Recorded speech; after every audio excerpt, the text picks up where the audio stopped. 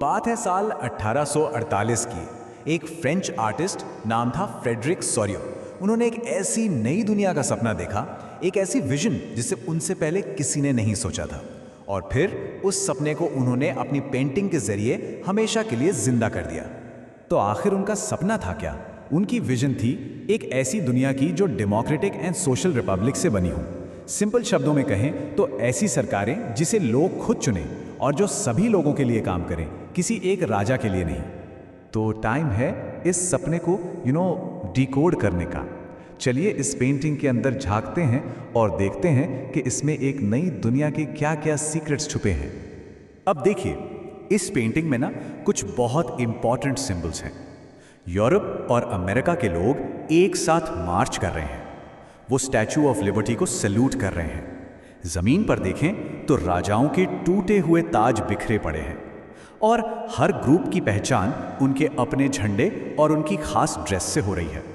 ये जो लोगों की लंबी लाइन है जो स्टैचू ऑफ लिबर्टी की तरफ जा रही है, ये बस एक भीड़ नहीं है। ये लोगों की एक ऐसी जोरदार ख्वाहिश को दिखाती है, आज़ादी की, बराबरी की और आपसी भाईचारे की।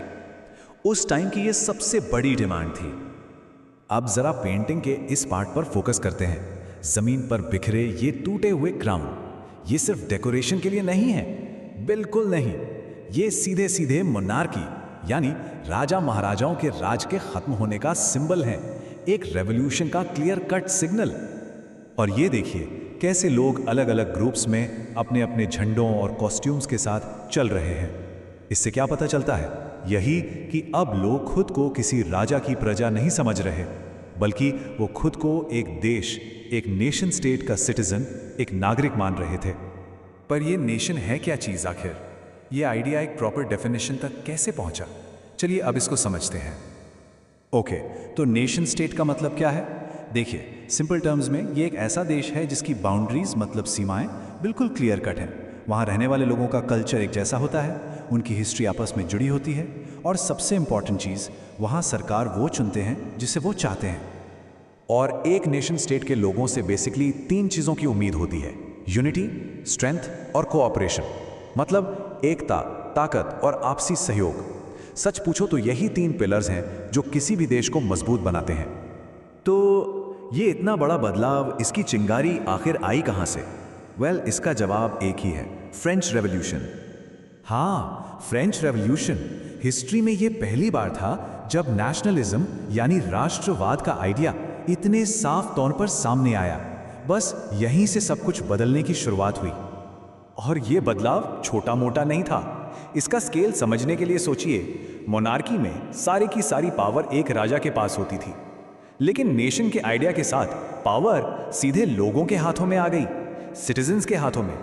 सच में इसी को तो रेवोल्यूशन कहते हैं। लेकिन एक सवाल अब भी है, इन रेवोल्यूशनरीज ने ये नई कलेक्टिव आइडेंटिटी, ये जो आपसी जुड़ाव की फीलिंग थी, लोगों में पैदा कैसे की?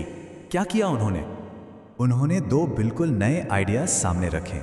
स्टेप 1, ला पात्री का आइडिया, जिसका मतलब है द फादरलैंड या पितृभूमि।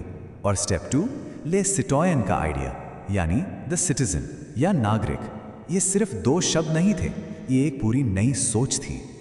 इन दोनों कॉन्सेप्ट्स ने एक बहुत इंपॉर्टेंट बात पर जोर दिया कि देश एक ऐसी कम्युनिटी है जहां एक कॉन्स्टिट्यूशन के अंडर सभी सिटीजन्स को इक्वल राइट्स मिलते हैं। कोई राजा नहीं, कोई प्रजा नहीं, सब बराबर। सबसे बड़ी बात तो यही थी कि पावर पहली बार राजा के हाथ से निकलकर आम लोगों तक पहुंची। तो इस आइडिया की जर्नी देखी।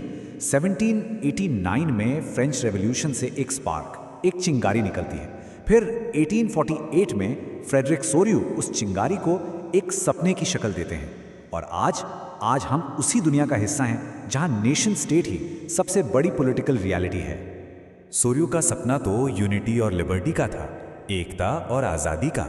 लेकिन सोचिए, नेशनलिज्म की इस रियलिटी ने असली दुनिया में कोऑपरेशन और कॉन्फ्लिक्ट मतलब सहयोग और टकराव दोनों को ही कितना शेप किया है। ये एक ऐसा सवाल है जो आज भी उतना ही रेलेवेंट है। इस पर जरूर